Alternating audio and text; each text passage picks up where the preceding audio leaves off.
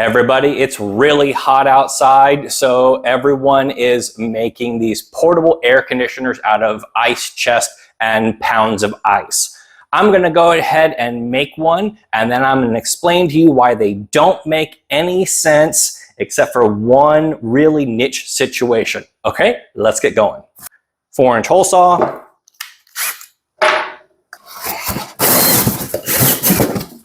There's two. And now I'm going to use this 120 millimeter 4-inch 12 volt CPU fan and some long screws. All right, making sure that the fan is oriented the right way so the label is where the air comes out.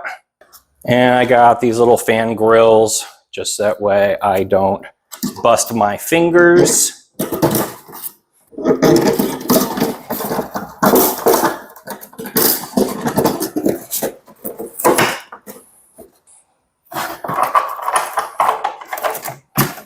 Okay, fan in, air out. Let's put the ice in it.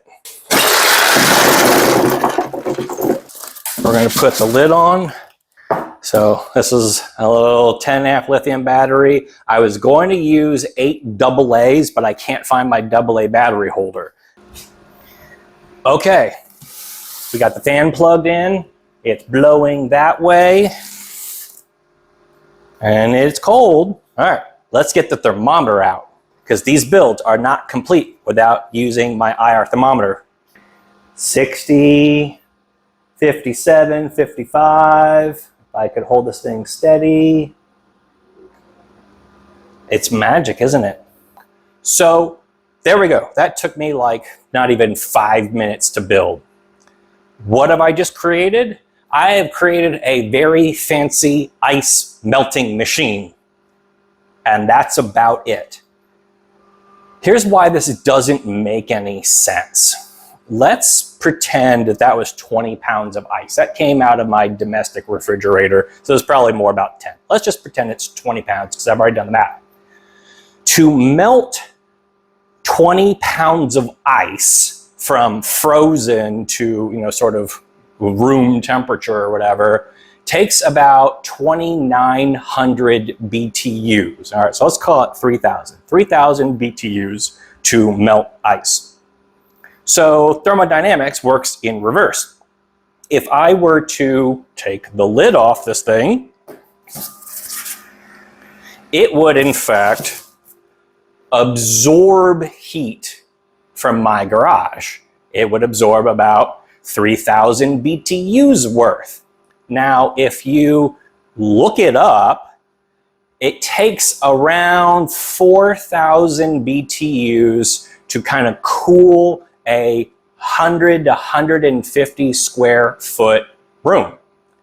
But that's continuous. That's a window air conditioner running continuously. So 3,000 BTUs per hour. So if it takes 3,000 BTUs to chill a 100 square foot room, and you say it's going to take 5 hours to do so, that means you're going to need like 150 pounds of ice to even make a dent in your room.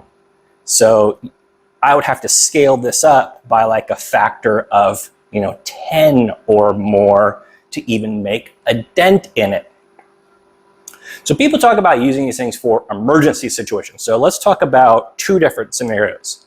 Scenario 1 is you have power, but your air conditioner died. All right? And this happened to a friend of mine just a couple of weeks ago. They came home and from a weekend trip and their air conditioner was dead. Like, terrible nightmare, right? Totally get it.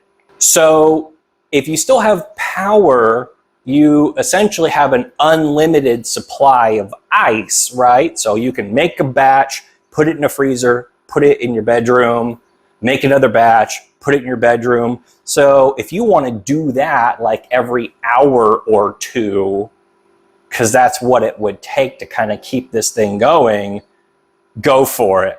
But taking ice out of your freezer while you still have power to take it into another room to dump it into an ice chest just doesn't make any sense. You're far better off going to Walmart or Home Depot and, buying the cheapest window air conditioner that you can to use as a temporary fix. And that's actually what Will did. I have a portable air conditioner I'm going to show you here in a little bit, and I let him borrow it. He stuck it out the window to try to take the edge off while they could come to fix his unit.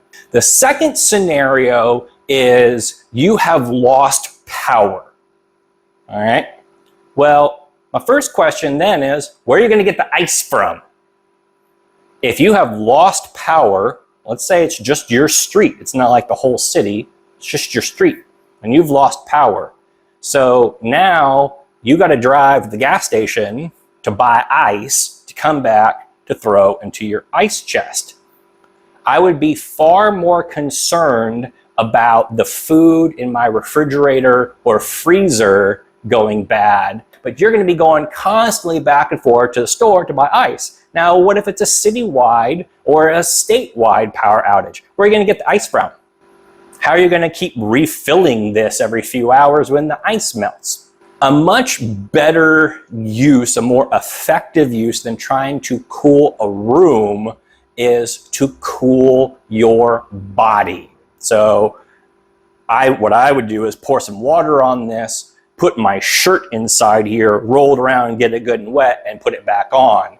Instead of trying to cool down my entire garage or even my bedroom, if I can keep my core temperature lower, that's going to be far more effective than going to buy ice, every 2 hours.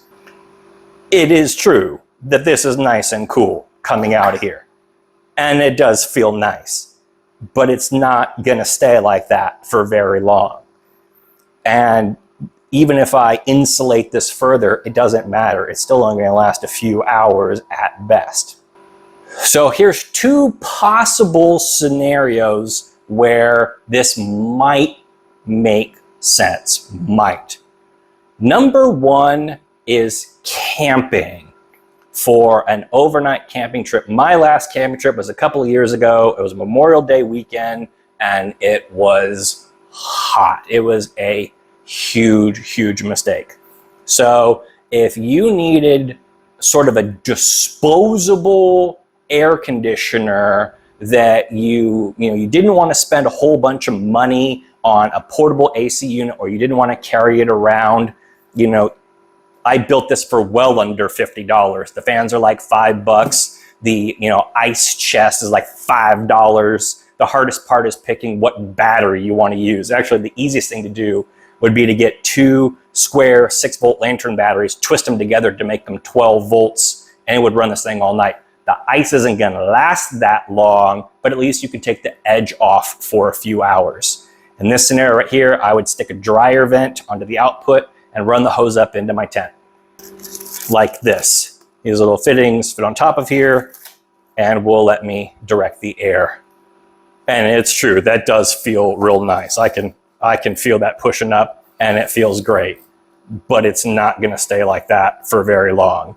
Maybe a few hours. The only other scenario I can see where this remotely makes sense is outdoor sporting activities. My father-in-law plays baseball here in Texas in the summer, and it's real hot. And I've seen people with canopies with those 5-gallon buckets with the DeWalt, drill on top of it, blowing air up and out through the ice. But that only needs to last for a few hours. And in those situations, they don't have power. So the ability to run something off of batteries for a few hours kind of makes sense. Again, you're trying to chill an area, inside of one of those pop-up canopies or maybe a little tent, not a house, not a room, and you're just trying to take the edge off a little bit. The physics just don't work here. The amount of ice that you need to make an appreciable difference is just astronomical. It doesn't matter how many fans I put in here, if I pump cold water through a car radiator, like none of that makes sense. You just cannot defy the laws of physics, all right? let's show you something that does make sense. I bought this out of my own money. This is not sponsored. This is a Vivor 4000 BTU portable air conditioner that's both AC and DC, so I can run it with no inverter in the middle. And this is what my buddy used to get through a couple of days while they could fix his AC. The reason why they're so expensive and why they draw so much power is because there's a compressor in there. But you have to discharge the hot air outside of the location you're trying to cool, and then the cold air comes over here. So this generates more cold, more BTUs than, what is that, 30 pounds of ice every hour, hour after hour after hour after hour. Whereas that thing, my portable ice chest cooler, is one and done. And as soon as the ice melts, then it's now worthless. It's now a cooler full of water. So if you're looking for an emergency cooler because you're concerned about the grid or the heat wave for you guys out in Europe, I totally get it.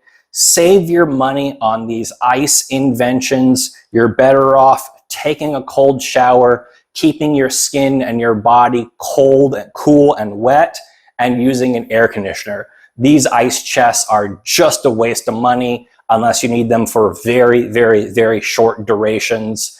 They're not gonna last overnight. Maybe if you've got a little sporting event, you need to chill down for a few hours and you need something kind of quick, easy, and disposable. Thanks everybody, hope this was interesting. Catch you on the next one.